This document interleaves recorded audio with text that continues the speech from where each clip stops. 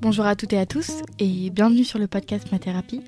Ce podcast a été créé dans le but de nous accompagner vers plus de conscience et d'amour. Alors, au cours des épisodes, j'espère qu'on grandira ensemble, que j'arriverai à t'apporter de la joie, de l'amour et surtout des outils qui t'aideront dans ton quotidien. Je te souhaite une très belle écoute. Alors, bonjour à tous et à toutes. Épisode un petit peu particulier parce que je serai seule aujourd'hui et c'est pour vous faire un petit retour sur les différents épisodes que j'ai pu faire et aussi voilà ce que j'ai compris, ce qu'il en ressort, les questions que je me pose. Enfin voilà, c'est dans l'idée d'être transparente avec vous et d'être dans la continuité de ma thérapie, le fait qu'on soit ensemble main dans la main et qu'on chemine ensemble et du coup pour faire un petit retour d'expérience. Pour commencer ça, je vais vous parler du premier épisode que j'ai enregistré, qui est avec Françoise Arnold, qui est sorti en 3e position. Pourquoi je l'ai sorti en 3e position C'est parce que c'est mon premier. Il est imparfait, mais d'un autre côté, je suis très reconnaissante parce que c'est celui qui m'a permis de m'améliorer, de comprendre que je pouvais parfois couper la parole ou ce genre de choses. Vous avez peut-être pu le remarquer. Donc voilà, ce premier épisode au sujet de la thérapie transgénérationnelle. Alors, j'ai fait qu'une séance avec Françoise et d'ailleurs avec toutes les autres personnes aussi, donc c'est vrai que ce genre de thérapie mériterait sans doute d'être un petit peu plus approfondi et suivi. Ce que j'ai aimé au niveau de cette thérapie transgénérationnelle, c'est le fait qu'on puisse observer déjà son arbre et du coup se questionner. Un des exercices qui a été génial, c'est que ça a permis de poser plein de questions à mes parents, notamment approfondir sur leur passé, sur leur histoire, sur les traumatismes qu'ils avaient pu vivre, sur ceux de leurs parents, et ainsi de suite, si au plus haut qu'ils puissent se souvenir qu'est-ce qui est arrivé, et de voir que certains événements parfois peuvent se répéter à travers des cycles, qu'il y a des choses qui se sont transmises, etc. Et le fait de constater ça et d'avoir un support matériel, puisque l'arbre c'est nous-mêmes qui le constituons, en dessinant, en faisant des liens, etc., en mettant en couleur certaines choses. C'est vraiment ce côté-là qui m'a plu, de questionnement sur mon passé pour comprendre mon présent. C'est vraiment ça qui m'a plu et le fait que du coup on comprend qu'il y a plein de questions qu'on peut poser à ses parents, à sa famille, à nos proches, et du coup ça permet de comprendre mieux son environnement et nous-mêmes. Et du coup, j'ai vraiment bien aimé cet exercice. Après, pour les personnes qui souhaitent approfondir, sachez que ça demande quand même un investissement et un travail d'investigation sur ce qui a pu se passer avant nous. Voilà. Pour ce premier enregistrement. Et aussi, concernant plus l'aspect podcast, on va dire, plus que le côté thérapie, c'était le premier pas pour moi et ça m'a mis beaucoup de joie. Ça m'a apporté beaucoup de joie, le fait que, 1, j'ose lui proposer, 2, qu'elle accepte, et 3, de me dire que certes le rendu n'était pas parfait, mais je l'avais fait et j'étais contente de cette expérience, de ce moment. J'étais pleinement dans ce moment présent lorsque j'ai fait ce premier enregistrement. C'est fou, genre c'est trop cool en vrai de faire ça, etc. Et voilà, et du coup je remercie encore Françoise parce que c'est le premier, c'est celui qui m'a permis de prendre du recul, du coup m'améliorer pour les suivants et tout simplement me lancer.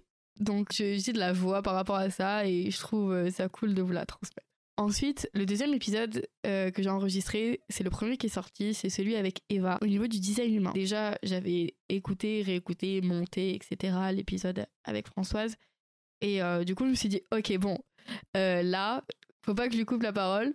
Je lui ai même dit avant d'enregistrer, je lui ai dit, le premier épisode que j'ai fait, j'ai capté que je coupais beaucoup la parole. Donc voilà, là, si limite il y a des blancs que je te réponds pas, c'est vraiment parce que je vais me concentrer dessus et faire attention. Et du coup, ça a été un épisode super cool parce qu'avec Eva, on s'est vraiment bien entendu et on s'est découvert des points communs, des sujets qui nous passionnaient et on était trop heureuses de partager ça ensemble. Pour continuer donc sur Eva, donc déjà le sujet du design humain, pour moi c'était trop cool de le découvrir, je connaissais pas du tout, c'est un ami qui m'en a parlé et qui m'a vraiment intéressée au sujet.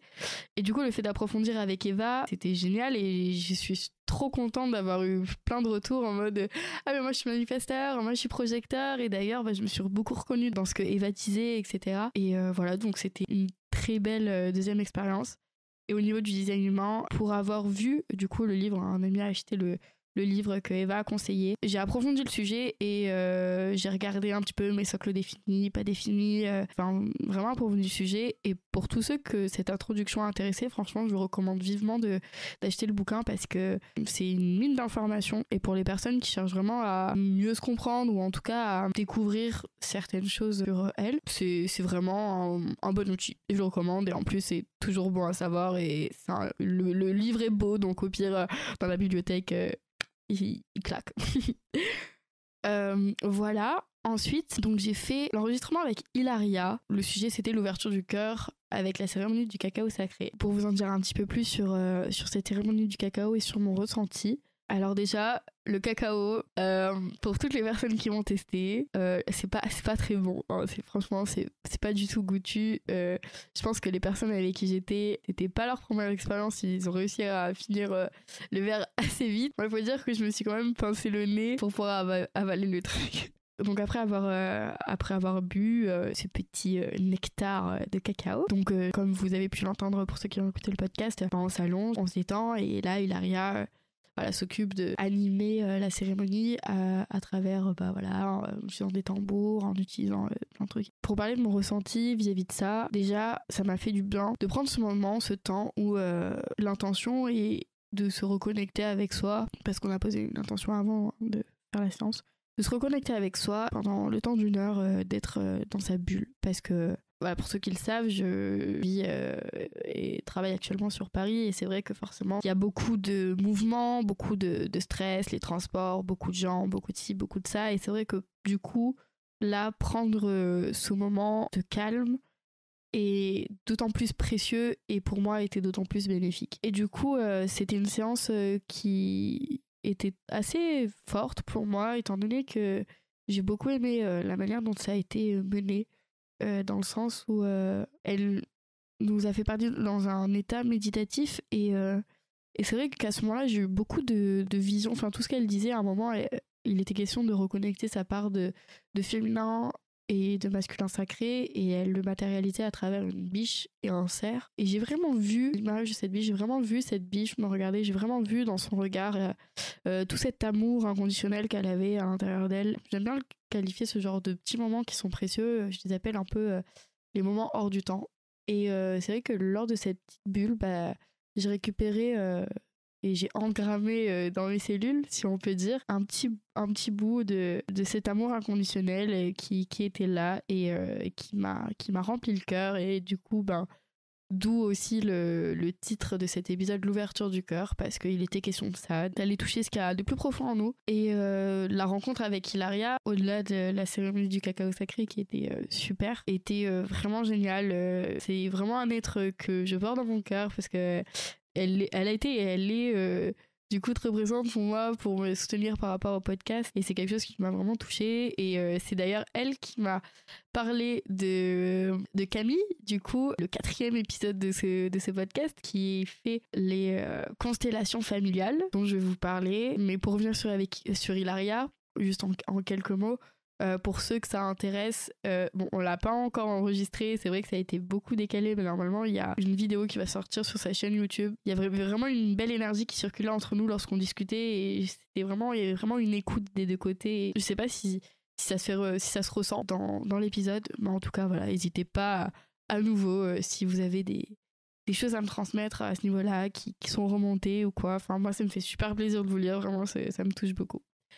Du coup, Hilaria, qui est dans ce milieu depuis plus de 20 ans, comme elle vous l'a expliqué dans cet épisode, elle m'a parlé d'une dame, du coup, qui s'appelle Camille, que j'ai eu la chance de rencontrer également, qui fait les constellations familiales. Et c'est très drôle de voir ce petit enchaînement de Amandine qui me présente Hilaria, qui me présente Camille et qui me permet ainsi de suite de construire épisode après épisode et moi de découverte en découverte. Enfin, je trouve ça trop cool et ça montre à quel point des fois en ouvrant une porte ça en ouvre une autre, ça en ouvre une autre, ça en ouvre une autre, enfin bref. Voilà, je vous dis mes petits ressentis à chaud parce que je trouve que ça peut être pertinent. Du coup, Camille, très belle rencontre également. Les constellations familiales, c'est quelque chose dont j'avais déjà entendu parler et qui m'intriguait beaucoup et que je voulais vraiment faire. Et quand Hilaria m'a parlé des constellations familiales, j'étais vraiment J'étais trop chaud. J'étais vraiment super intéressée. Du coup, je suis allée là-bas. J'avais pas trop à quoi m'attendre. On m'avait vaguement expliqué ce que c'était, en quoi ça consistait, etc. Et après, j'ai pas forcément voulu me renseigner plus que ça avant d'y aller. Enfin, je voulais vraiment... je suis vraiment allée sans attente et du coup sans a priori. Donc déjà, j'arrive là-bas, lieu passage très sympathique. Donc j'arrive là-bas, je m'installe, petit tour de présentation. Et déjà, chose très bizarre, j'ai pas forcément de mal à parler devant un groupe, enfin pour me présenter ou ce genre de choses, je suis vraiment plutôt à l'aise avec ça. Mais c'est vrai que ce jour-là, je sais pas, j'ai senti mon cœur qui vraiment il battait à la chamade. Enfin vraiment c'était très fort avant même que l'expérience en elle-même commence. Rien que déjà au début, waouh, il y avait une énergie folle. Et c'est vrai que le groupe était vraiment fou. Enfin ce jour-là c'était... Je sais pas, il y a eu un alignement des planètes, je sais pas ce qu'il y a eu, mais vraiment, en fait, à ce moment-là, j'avais vraiment le sentiment d'être là où je devais être. Donc du coup, avec Camille, on fait le tour des présentations, chacun pose un petit peu ses intentions. Et moi, vu que j'étais allée aux toilettes, je vous raconte tout, hein, parce que j'étais allée aux toilettes juste avant que ça commence, et du coup, tout le monde était installé, et forcément, du coup, moi, j'étais la dernière à m'asseoir, et je me suis assise, du coup, à la place de la personne qui était constellée, enfin qui allait être constellée, et on savait pas encore qui c'était. Et tout le long, en plus, Camille, pour expliquer, parce qu'il y avait pas mal de nouveaux aussi ce jour-là, enfin en tout cas de nouveaux dans le sens de personnes qui n'avaient jamais fait de constellation familiale. J'ai un peu le nez bouché, je suis désolée, j'ai un peu le voix de canard du coup, j'espère que ça va aller mieux. Du coup, j'avais déjà un peu un pressentiment comme si ça allait être moi. Enfin bref. Et du coup, on met nos petits noms sur les papiers, on les met dans les bols. Je crois qu'il y a 4-5 personnes qui ont mis leur nom, dont moi. Bon, il n'y a pas de mystère, puisque du coup, vous savez que c'est mon prénom qui a été tiré pour incarner pour être la personne constellée. Et du coup, quand elle a tiré mon prénom, il y avait un mélange de joie et de « oh putain ». Qu'est-ce que je vais dire, qu'est-ce que je vais devoir faire, enfin, ça consiste en quoi, non, parce qu'en plus c'est vrai que pour autant j'ai pas forcément de mal à prendre la parole en public, mais j'aime pas être le centre de l'attention. Enfin, c'est pas mon kiff. Et du coup là je suis en mode ok, bon, d'accord, c'est cool, mais du coup qu'est-ce qui se passe, on fait comment et tout. Comme vous avez pu l'entendre dans l'épisode, du coup elle me pose cette question, tu avais une baguette magique, qu'est-ce que tu ferais? Et il me semble que je lui dis, ouais, j'aimerais être pleinement moi, quelles que soient les circonstances, quelles que soient les personnes, parce que j'ai remarqué, et peut-être que vous le remarquerez finalement à travers les épisodes, que j'ai une sensibilité qui fait que je ressens vraiment fort les énergies des gens, et que du coup, j'ai tendance à m'adapter, comme à me mettre sur leur taux vibratoire, et du coup, pas ne plus être moi-même, mais à vraiment être influencée par l'énergie de la personne. Et du coup, un des chemins que j'ai en ce moment, c'est de réussir à différencier les choses qui m'appartiennent des choses qui ne m'appartiennent pas. Et du coup, c'était un peu la problématique actuelle que j'avais lorsque je suis allée faire la constellation familiale. Il y avait de ça, et il y avait aussi remettre du juste dans mes relations. Parce que voilà, que ce soit au niveau des relations familiales, amoureuses, amicales, on n'est pas parfait et on n'a pas toujours été juste, et que ce soit envers soi ou avec les autres. Et voilà, du coup, c'était un petit peu l'objectif de cette constellation, remettre un peu de juste. Enfin bref, donc du coup, je lui dis tout ça, etc. Et l'exercice commence, donc elle me demande de choisir les personnes qui vont incarner mon enfant intérieur, mon adulte, mais si, enfin... Vous avez déjà entendu l'épisode, mais l'expérience était tellement folle que, c'est un... Ah, j'arrive même plus à parler, trop d'émotions. Je vais pas vous réexpliquer du coup toute la constellation familiale parce qu'on l'a bien abordé dans l'épisode avec Camille, mais ce que j'ai vraiment envie de vous dire, c'est à quel point c'était mindfuck, dans le sens où c'était frappant comme les personnes qui ont été choisies pour incarner, que ce soit mes parents d'enfants, mon enfant intérieur, mon adulte, mon père, ma mère, c'était dingue à quel point c'était parlant et frappant. Dans le sens où je suis quelqu'un qui parfois, quand il y a des gens qui peuvent se plaindre pour des choses que j'estime, qui ne sont pas pour eux, mais moi je l'estime, on va dire, futile, j'ai tendance à faire... oh, ça va. Et je sais que certaines personnes, peut-être qu'elles se reconnaîtront, ça peuvent les tendre. Et c'est très très très drôle parce que la personne que j'avais choisie pour incarner mon adulte, enfin moi adulte, souvent lors de la constellation, disait oh mais ça va, enfin bref. C'était plein de petits trucs comme ça et vraiment j'observais ça. C'était un film de ma vie qui se déroulait devant mes yeux et qui était vraiment incarné hyper justement en fait par tout le monde et enfin c'était super fort en termes de compréhension et de justesse, vraiment c'est le mot qui revient vraiment là, c'est la justesse et l'action d'amour, on va dire la scène, la scène de guérison et qui était aussi hyper forte. Et c'est des gens que j'ai jamais revus, mais je les porte tous dans mon cœur. Enfin, vraiment, ils m'ont tous touché profondément. Et la constellation, c'était juste fou. Voilà.